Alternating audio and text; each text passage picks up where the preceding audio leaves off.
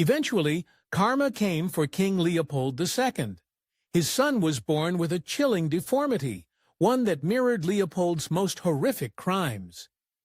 In Belgium, King Leopold II was hailed as the Builder King for the building projects he commissioned.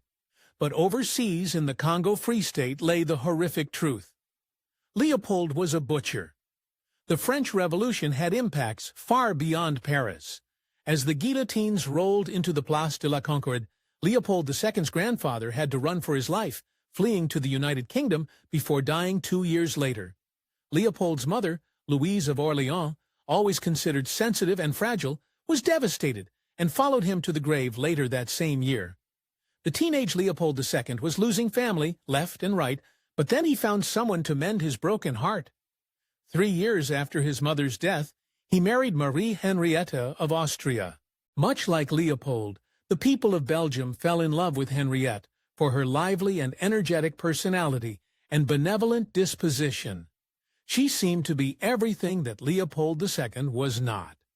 His official public career started in 1855 as a senator, and as the heir apparent to the monarchy, he didn't waste any time voicing his opinions, no matter how controversial they were. He became a vocal advocate for expanding Belgium's colonial holdings, touring regions in Asia and Africa looking for prospects. On December 10th in 1865, King Leopold I died, and 1 week later, his son, Leopold II, took his oath of office and became King of the Belgians. Despite the horrors he would unleash on the Congolese people, at home in Belgium, Leopold was actually a progressive figure. Some of his biggest legislative accomplishments included massive social reforms. He even gave workers the right to form unions. He passed a series of child labor laws that protected Belgium's youth from exploitation, and even instituted something of a weekend, giving workers Sundays off. Grimly ironic, given what he was about to do in the Congo Free State, part of Leopold II's grand vision included a vast, sprawling overseas empire made up of cash-rich colonies. But his actions betrayed his true intentions. He only seemed interested in acquiring colonies for himself as a private citizen, using money from the government. At first he set his sights on the Philippines. He believed that Queen Isabella II of Spain, the incumbent colonial power in the Philippines, was weak and therefore eager to sell off her holdings. However, his ambassador, sensing the offense it would cause, never relayed his offer. When Isabella II lost her crown in 1868, Leopold made another move to buy the Philippines. There was just one problem. He couldn't afford it. He tried to devise a plan that would have made the Philippines into an independent state, meaning that a private citizen could purchase it. When that plan was unsuccessful, he set his greedy sights somewhere else, Africa. For the better part of a decade, Leopold worked in vain to acquire colonies throughout Africa and Asia. But by 1876, it was plainly obvious that he would have to change his strategy. He established an international scientific and philanthropic association called the International African Society. In reality, it was no charitable organization. It was a private holding company owned by him. He then hired the services of the explorer Henry Morton Stanley and set him off in the direction of the Congo to establish a colony. With some clever diplomacy, Leopold managed to get most of Europe and the United States to recognize him as this newly claimed territory's sovereign. At the conclusion of the Berlin Conference in 1885, Leopold finally realized his ambition. Belgium had just become a huge colonial power.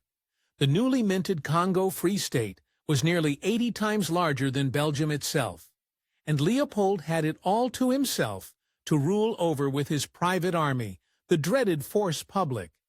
The first of the Congo's natural resources to be exploited was ivory. Although highly lucrative, Leopold wasn't satisfied. It wasn't bringing in enough money to fund his grand ambitions in Belgium, but then a sudden and sharp increase in the demand for rubber changed everything. The Congo Free State had plenty of natural resources that Leopold could harvest for his personal and political gain. And rubber had the potential to be the most lucrative. But harvesting the sap from rubber plants required hours upon hours of grueling labor. Back at home in Belgium, Leopold continued to champion the rights of common laborers. However, all the way down in the Congo Free State, he adopted a very different policy. With his new need for cheap and plentiful labor, Leopold jettisoned his obligations from the Berlin Conference and dropped all pretense of running a charitable organization. What ensued was pure horror. Having shut out much of the outside world, Leopold was free to do as he pleased in the Congo Free State.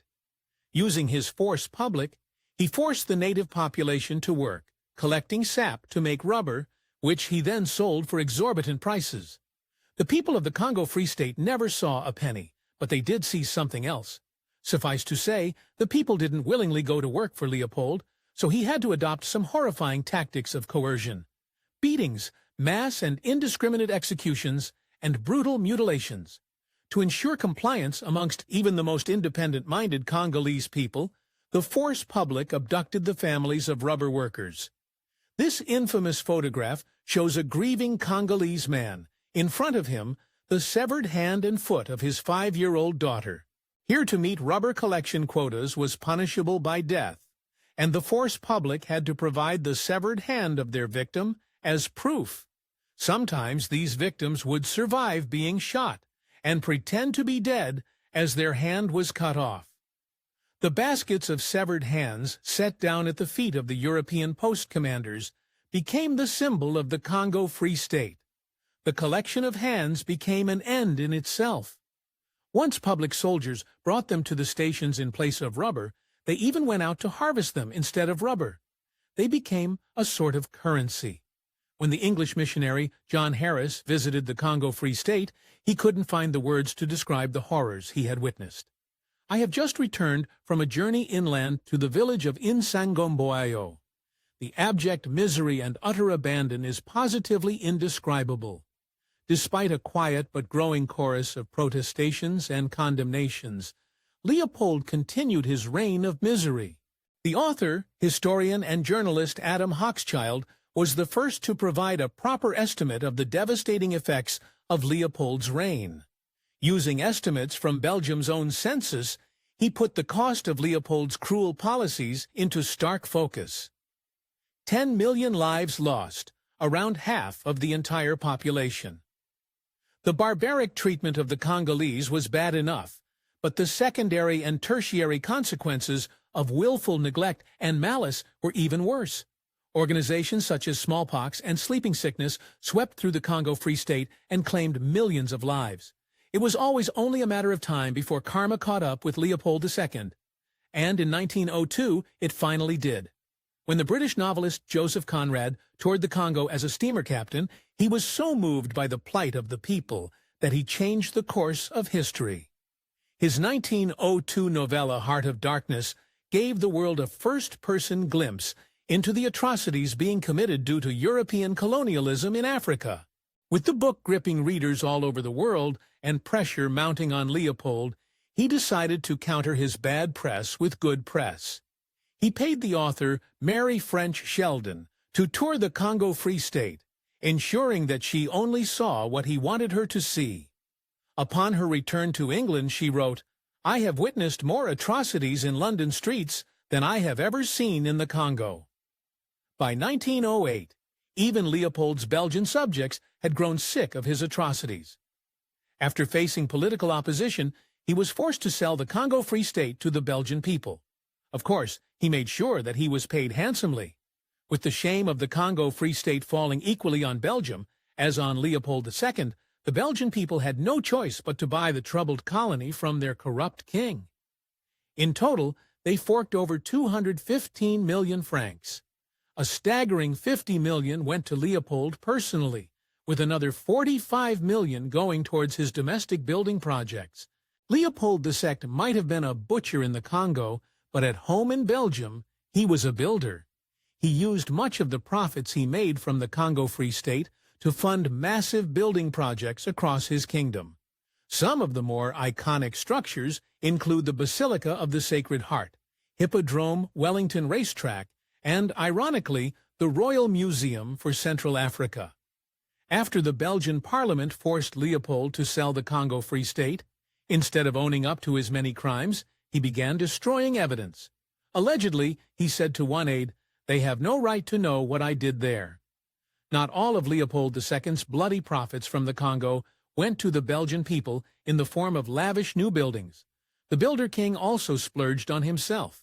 He purchased several private properties, expanded the royal castle of Laeken, and built resplendent personal gardens.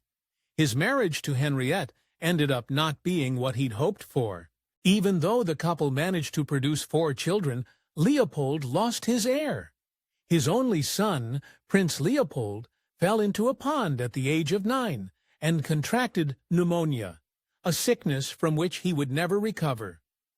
After losing his son, Leopold fell into a deep sorrow, and his marriage suffered the consequences. He tried in vain to conceive another son and heir, but only managed to produce another daughter. Heartbroken and disappointed, Leopold and Henriette separated. In 1902, the same year that Heart of Darkness came out, Henriette died. After leaving her memorial service, an Italian anarchist fired 3 shots at Leopold's carriage, all of which missed. Despite his horrible reputation, the Belgian people rejoiced that he had survived. Later that day, while attending the theater, the audience gave him a raucous round of applause. Even though Leopold's reputation on the international stage had taken a severe hit, he still commanded enough respect to hear from foreign dignitaries. Even the Pope sent him a letter in solidarity. Turns out Leopold was about as good a husband to Marie Henriette as he was a king to the Congolese people. Throughout his marriage he carried on numerous affairs, but none kept his attention, quite like the 16-year-old working girl, Caroline Lacroix. At 65 years old, 3 years before his wife died, Leopold struck up the affair that would ruin what was left of his reputation. His decade-long relationship with Lacroix scandalized the Belgian people and caused even more outrage than the revelation of his atrocities in the Congo. The lovesick king gave her extravagant gifts, piles of money, entire estates, and the title of Baroness Vaughan. Leopold managed to produce 2 illegitimate sons with Lacroix, both of whom he granted honorary titles. His second son was born with a severely deformed hand. The newspapers in Belgium called it vengeance from on high. Leopold wanted to ensure that all of his many estates, castles, and heritage buildings stayed within his family. However, as he had no heir, he devised a plan. He created the Royal Trust, ensuring that his assets would go to Belgium after he passed on. Of course, he included a clause that allowed his family to use the properties at their leisure. His final act as King of Belgium only cemented his place as a villainous character. In a secret clandestine ceremony, just 5 days before his death, Leopold did the unthinkable. He married his longtime mistress.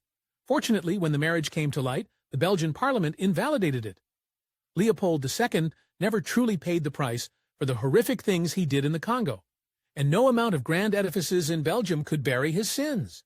After his death, he bequeathed a fortune in Congo securities to his mistress, Lacroix. His daughters from his first marriage tried in vain to get the money back, but in the end, Lacroix made off with Leopold II's blood-soaked fortune.